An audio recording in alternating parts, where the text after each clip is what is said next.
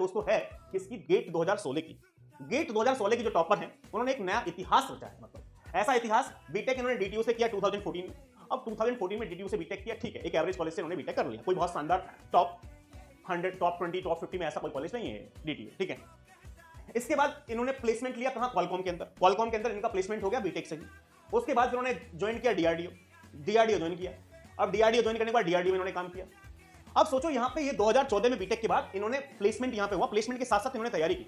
अब बात समझना, प्लेसमेंट के साथ साथ तैयारी की किसकी, डीआरडीओ के एग्जाम की तैयारी की। डीआरडीओ का एग्जाम दिया, डीआरडीओ का एग्जाम छोड़ के डीआरडीओ में स्विच हो गए यहां से क्वालकॉम से।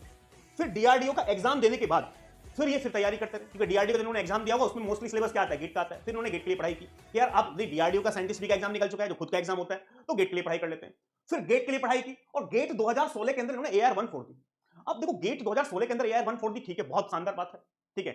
अब उसके बाद इनको मास्टर्स के लिए जाना चाहिए था, IIT बॉम्बे या IISc बैंगलोर, ठीक है, या किसी पीएचडी में जाना चाहिए था। जैसे कि मुझे इनका इंटरेस्ट दिखा है डीआरडीओ में, तो हो सकता है इसरो के अंदर चली जाती है, किसी दूसरे बार के अंदर जा सकती थी। भाई AR1 है तो बार के अंदर डायरेक्ट हो जाता सिलेक्शन, इंटरव्यू होता और इंटरव्यू के मार्क्स से फर्क नहीं पड़ता, बिकॉज AR1 में सिलेक्शन हो सकता था। लेकिन इन्होंने फिर चूज किया यूपीएससी, भारत का सबसे टफेस्ट एग्जाम, ठीक है, इस देश का सबसे टफेस्ट एग्जाम, जहां पे भाई साहब सिलेक्शन के चांस बहुत कम होते हैं, क्योंकि इतने सारे स्टूडेंट अप्लाई करते हैं, 10-12 लाख स्टूडेंट अप्लाई करते हैं, और मुश्किल से मुश्किल 1000 सीट भी हर साल नहीं होती। उसके बाद इस यूपीएससी में जो AR3 आई है, ये खतरनाक है।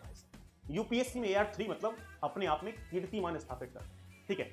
तो सोचो गेट का गेट भी फोड़ा, बीटेक के बाद प्लेसमेंट भी फोड़ा है, उसके बाद डीआरडी को एग्जाम फोड़ा है, उसके बाद गेट में AR1 फोड़ी है, और उसके बाद सबसे टफेस्ट एग्जाम यूपीएससी के अंदर AR3 लेकर आई है। ये मतलब अपने आप में एक बहुत ही बड़ी बेहतरीन स्टोरी।